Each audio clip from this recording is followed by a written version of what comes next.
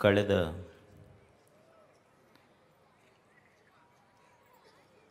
2 ದಿನಗಳಿಂದ ಈ ಜಾತ್ರಾ ಮಹೋತ್ಸವದ ವೈಭವವನ್ನು ನಾವು ಕಣ್ತುಂಬಿಕೊಳ್ತಾ ಇದ್ದೇವೆ. ಈ ಜಾತ್ರಾ ಮಹೋತ್ಸವದ ವಿಶೇಷತೆಗಳಲ್ಲಿ ವಿಶೇಷ ಅಂದ್ರೆ ಸಾಧಕರ ಪರಿಚಯ. ನಾಡಿನ ಬಹು ಮೂಲೆಗಳಿಂದ ಬಂದ ಸಾಧಕರು ನಮ್ಮ ಮುಂದಿನ ಬದುಕಿಗೆ ಅವರು ದಾರಿದೀಪವಾಗ್ತಾರೆ.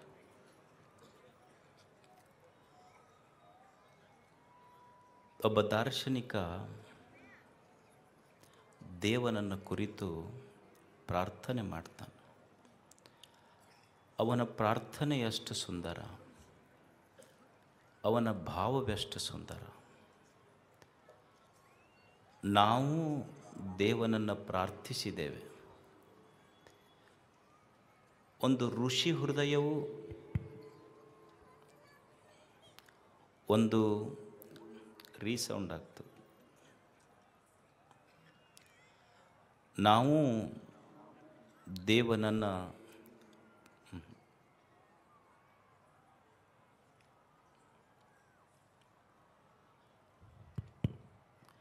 ನಾವು ದೇವನನ್ನು ಪ್ರಾರ್ಥಿಸಿದ್ದೇವೆ. ಒಂದು ಋಷಿ ಹೃದಯವೂ ಸಹಿತ ದೇವನನ್ನು ಪ್ರಾರ್ಥಿಸ್ತದೆ. ಋಷಿ ದೇವನನ್ನು ಪ್ರಾರ್ಥಿಸ್ತಾನೆ. ಅವ ಏನು ಕೇಳ್ತಾನೆ ದೇವರಿಗೆ ಅಂದರೆ,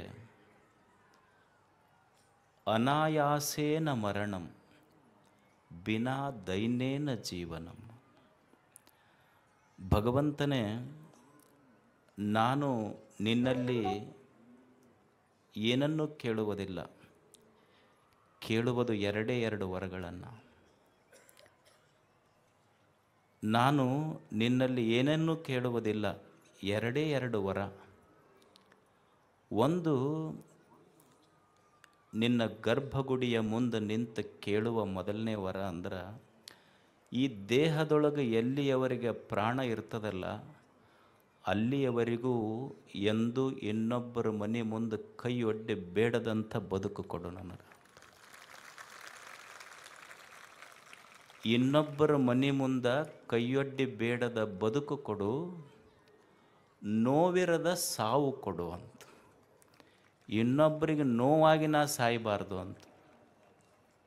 ಬೇಡದ ಬದುಕು, ನೋವಿರದ ಸಾವು. ಬೇಡದೆ ಬದುಕಿದ ಜೀವಗಳೆಷ್ಟು ಈ ಭೂಮಿಯ ಮೇಲೆ, ಈ ದೇಶದ ಇತಿಹಾಸದಲ್ಲಿ, ಈ ದೇಶದ ಚರಿತ್ರೆಯಲ್ಲಿ. ನಾವೆಲ್ಲ ಲಾಲ್ ಬಹದ್ದೂರ್ ಶಾಸ್ತ್ರಿಯವ್ರ ಬಗ್ಗೆ ಕೇಳಿದ್ದೇವೆ. ಲಾಲ್ ಬಹದ್ದೂರ್ ಶಾಸ್ತ್ರೀಜಿಯವರು ಹೋಮ್ ಮಿನಿಸ್ಟರ್ ಆದಾಗ ಅವರಿಗೆ ಹೋಮ ಇರಲಿಲ್ಲಂತ.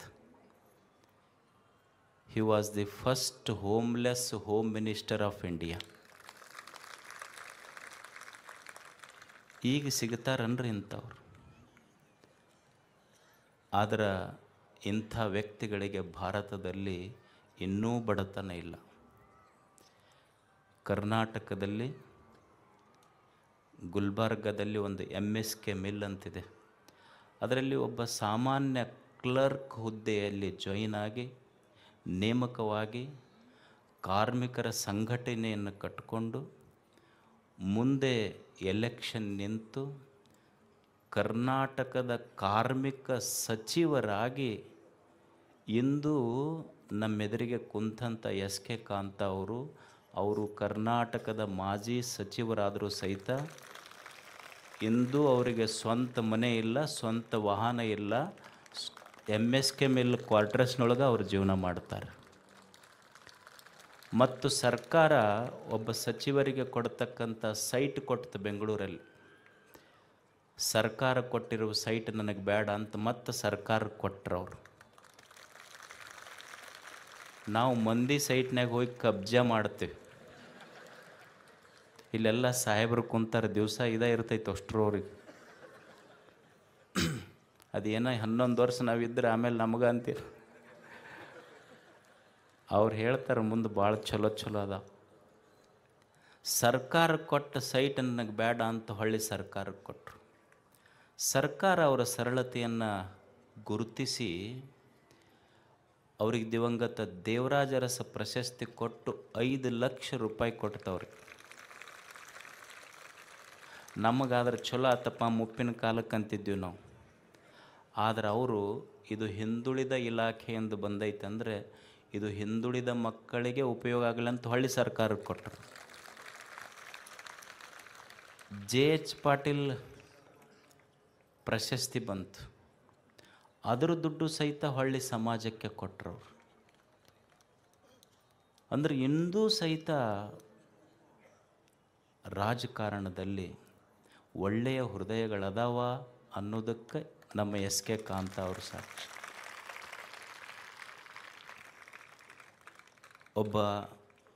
ಒಬ್ಬ ನಿಜವಾದ ಜನಪ್ರತಿನಿಧಿ, ಪೊಲಿಟಿಷಿಯನ್ ಯಾವಾಗ ಒಬ್ಬ ಪ್ರಬುದ್ಧ ರಾಜಕಾರಣಿ ಆಗ್ತಾನಂದರೆ ಬರೇ ಕೇವಲ ಅವನು ನೆಕ್ಸ್ಟ್ ಎಲೆಕ್ಷನ್ನಿಗೆ ವಿಚಾರ ಮಾಡಬಾರ್ದು, ನೆಕ್ಸ್ಟ್ ಜನ್ರೇಷನ್ನಿಗೆ ವಿಚಾರ ಮಾಡಬೇಕವ ಪ್ರಬುದ್ಧ ರಾಜಕಾರಣಿ. ಒಬ್ಬ ಒಳ್ಳೆಯ ಜನಪ್ರತಿನಿಧಿ ಆಗಬೇಕಾದ್ರೆ ಯಾವ ಕ್ವಾಲಿಫಿಕೇಷನ್ಗಳು ಬೇಕಾಗಿಲ್ಲ ಇವತ್ತು ಸರ್ಕಾರದಲ್ಲಿ. ಆದರೆ 2 ಕ್ವಾಲಿಫಿಕೇಷನ್ ಇರಬೇಕು. ಒಂದು, ಕೈ ನೀತಿ ಬಿಟ್ಟಿರಬಾರ್ದು, ಎದಿ ದೇಶದ ಬಗ್ಗೆ ಪ್ರೀತಿ ಬಿಟ್ಟಿರಬಾರ್ದು. ಇವೆರಡು ಕ್ವಾಲಿಫಿಕೇಷನ್ ಇದ್ದರೆ ಸಾಕು. ಇವೆರಡೂ ಶುಚಿಯಾಗಿಟ್ಟುಕೊಂಡು ತಮ್ಮದು ಸ್ವಂತ ಮನೆ ವಾಹನ ಇಲ್ಲದೆ ಸರ್ಕಾರಿ ಸೈಟ್ ಬಿಟ್ಟು ಸರಳ ಜೀವನ ಸಾಗಿಸ್ತಿರುವಂಥ ಕಾಂತ ಅವರು ನಮ್ಮ ಪಾಲಿಗೆ ನಮ್ಮ ಕರ್ನಾಟಕದ ಲಾಲ್ ಬಹದ್ದೂರ್ ಶಾಸ್ತ್ರಿ ಇದ್ದಂಗೆ. ಅವರಿಗೆ ನಾ ಅವ್ರಿಗೆ ಯಾಕೆ ಕರೆಸಿದ್ನಿ ಅಂದ್ರೆ, ನಮ್ಮ ಹುಡುಗರೆಲ್ಲ ಒಟ್ಟ ಒಂದು ಬಿಳೆದು ಇಸ್ತ್ರಿ ಅಂಗಿ, ಅದೇನು ಟಾರ್ಚ್ ಹಾಕಿದ್ದು ಬಿಳೆ ಅಂಗಿ ಹಾಕೋದು ಕೂಡಲೇ ಯಾವ್ದಾರ ನಿಲ್ಲಬೇಕಂತಾರೆ ಅವ್ರು. ನಿಲ್ಲಬಾರ್ದಂತಲ್ಲ, ಆಗುವಂಗಿದ್ರೆ ಹಿಂಗಾಗ್ರಿ ಅಂತ ಹೇಳಕ್ಕೆ ಅವ್ರನ್ನ ಕರೆಸಿದ್ದನು. ಅವರು ನಮ್ಮೆದುರಿಗಿದ್ದಾರೆ. ಅವರಿಗೆ ಶ್ರೀ ಗವಿಮಠದಿಂದ ಅಣದೂರು ಪೂಜ್ಯರು ಗೌರವಿಸಬೇಕು ಆ ಹಿರಿಯರು.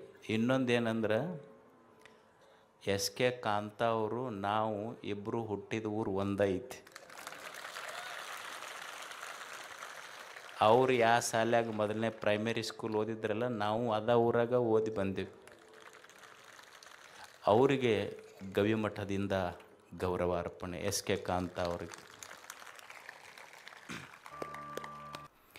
ನೋಡಿ ಜನ ಹೇಗಿದ್ದಾರೆ. ಸರ್ಕಾರದ ಸೈಟ್ ಹೊಳಿ ಕೊಟ್ಟರು, ಸರ್ಕಾರ ಕೊಟ್ಟ ಪ್ರಶಸ್ತಿಯ ದುಡ್ಡು ಸರ್ಕಾರಕ್ಕೆ ಕೊಟ್ಟರು. ನಮಗೆ ಹಿಂಗೆ ಕೊಟ್ಟರೆ ಯಾರ ಬಿಟ್ಟಿದ್ವೇನು ನಾವು. ಒಬ್ಬನಿಗೆ ರಿಟೈರ್ಡ್ ಆತಂತ. ರಿಟೈರ್ಡ್ ಆದಮೇಲೆ ಅವನ ಸ್ನೇಹಿತಿಗೆ ಹೇಳಿದ್ನಂತ, ನನಗೆ ಯಾಕೆ ಸರ್ಕಾರದವರು ಅರ್ಧ ಪಗಾರ ಕೊಡಕತ್ತಾರೆ ಈಗ. ಅವ್ರ ಸ್ನೇಹಿತಂದಲ್ಲ, ನೀವು ರಿಟೈರ್ಡ್ ಆದರೆ ಅಲ್ಲೀಗ ಈಗೇನು ಕೆಲಸ ಇರೋದಿಲ್ಲ, ಅದಕ್ಕೆ ಅರ್ಧ ಪಗಾರ ಕೊಡ್ತಾರೆ.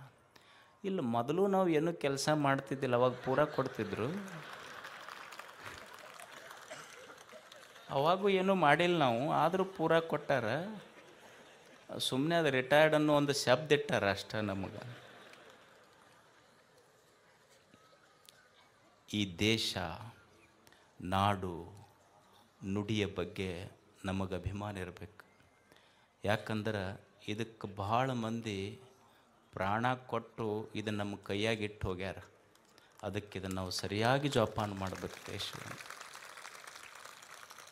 ಜಾತಿ, ಧರ್ಮ, ಪಕ್ಷಗಳಿಂದ ದೇಶ ಒಡೆದಾಳುವುದಲ್ಲ.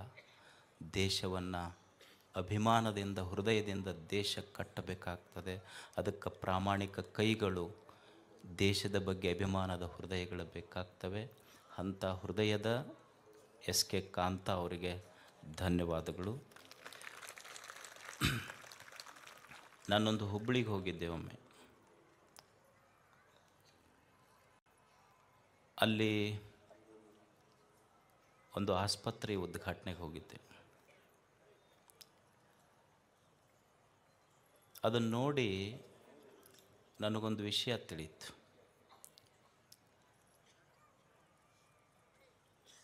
ಈ ಸಂಸ್ಕೃತದಲ್ಲಿ ಯಾಜ್ಞವಲ್ಕ ಋಷಿ ಮೈತ್ರೇಯಿ ಅಂತ ಬರ್ತಾರೆ.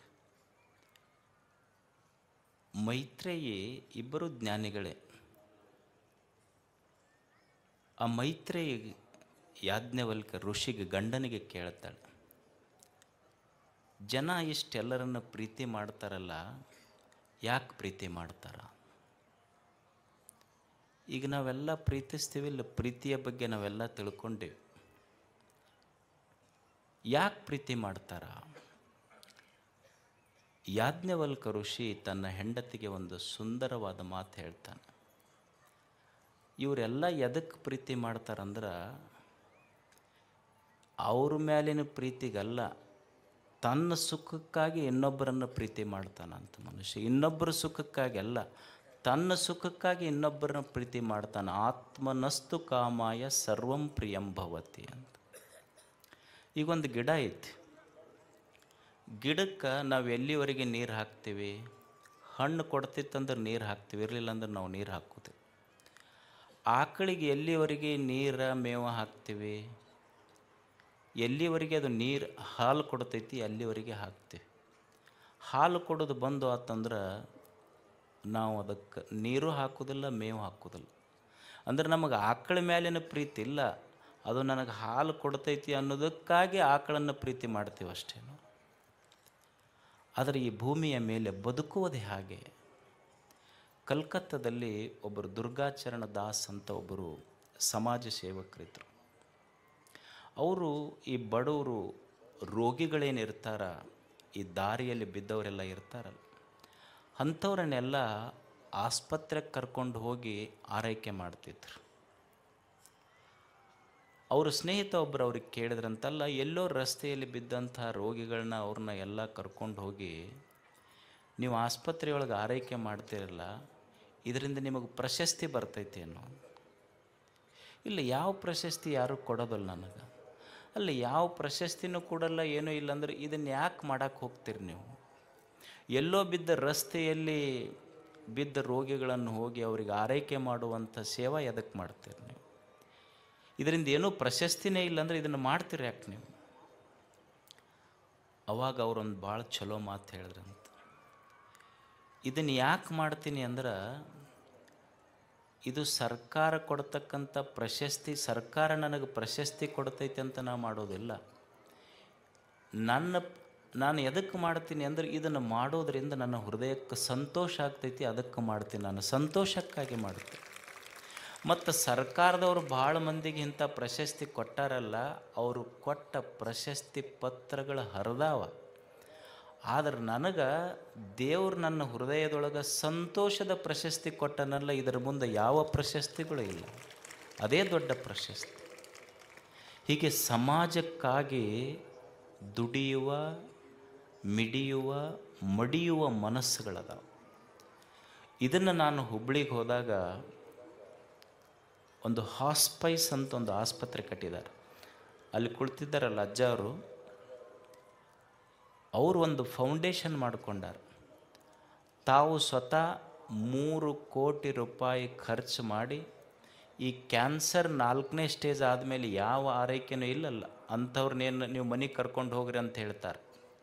ಅದಕ್ಕೆ ಪ್ರಶಾಂತಿ ಮಂದಿರ ಅಂತ ಹೆಸರಿಟ್ಟು, ಯಾರಿಗೆ ಮನೆಯಾಗೂ ಆರೈಕೆ ಮಾಡೋದಿಲ್ಲ ಅಂಥ ಕ್ಯಾನ್ಸರ್ ರೋಗಿಗಳಿಗೆ ತಾವೇ 2-3 ಕೋಟಿ ರೂಪಾಯಿ ಖರ್ಚು ಮಾಡಿ ಸ್ವಚ್ಛ ಸುಂದರ ಆಸ್ಪತ್ರೆ ಕಟ್ಟಿ ಅವರಿಗೆ ಉಚಿತವಾಗಿ ಆರೈಕೆ ಮಾಡುವಂಥ ಕಾರ್ಯವನ್ನು ಅವರು ಮಾಡ್ತಾಯಿದ್ದಾರೆ. ಗಿವಿಂಗ್ ಈಸ್ ಲಿವಿಂಗ್ ಅಂತ. If you are not giving, you are not living. ಅದಕ್ಕೆ ಮನುಷ್ಯ ದೇವರು ನನಗೇನು ಕೊಟ್ಟಾನ ಅದನ್ನು ಸಮಾಜಕ್ಕೆ ಕೊಟ್ಟು ಹೋಗಬೇಕು. ಸಹಜ ಪ್ರೇಮ ಇರಬೇಕು. ಏನೋ ಪಡ್ಕೋಬೇಕನ್ನೋದಕ್ಕೆ ಪ್ರೇಮ ಅಲ್ಲ, ಸಹಜ ಪ್ರೇಮ ಇರಬೇಕು. ಮನುಷ್ಯ ಯಾವುದಕ್ಕೆ ಪ್ರೀತಿ ಮಾಡ್ತಾನಂದ್ರೆ ಏನೋ ಬಯಸುವುದಕ್ಕಾಗಿ ಪ್ರೀತಿ ಮಾಡ್ತಾನೆ. ತಮ್ಮ ಸ್ವಚ್ಛ ಮನಸ್ಸಿನಿಂದ ಸಾವಿರಾರು ರೋಗಿಗಳು ಬಂದರೂ ಸಹಿತ ಅವರಿಗೆ ಉಚಿತವಾಗಿ ಒಂದು ದೊಡ್ಡ ಆಸ್ಪತ್ರೆಯನ್ನು ಕಟ್ಟಿದಾರಲ್ಲ, ಅವರ ಆದರ್ಶ ನಮಗೆಲ್ಲ ಇರಲಿ ಅಂತ ಅವರಿಗೆ ಒಂದು ಶ್ರೀಮಠದಿಂದ ಗೌರವಾರ್ಪಣೆ ಮಾಡಿ.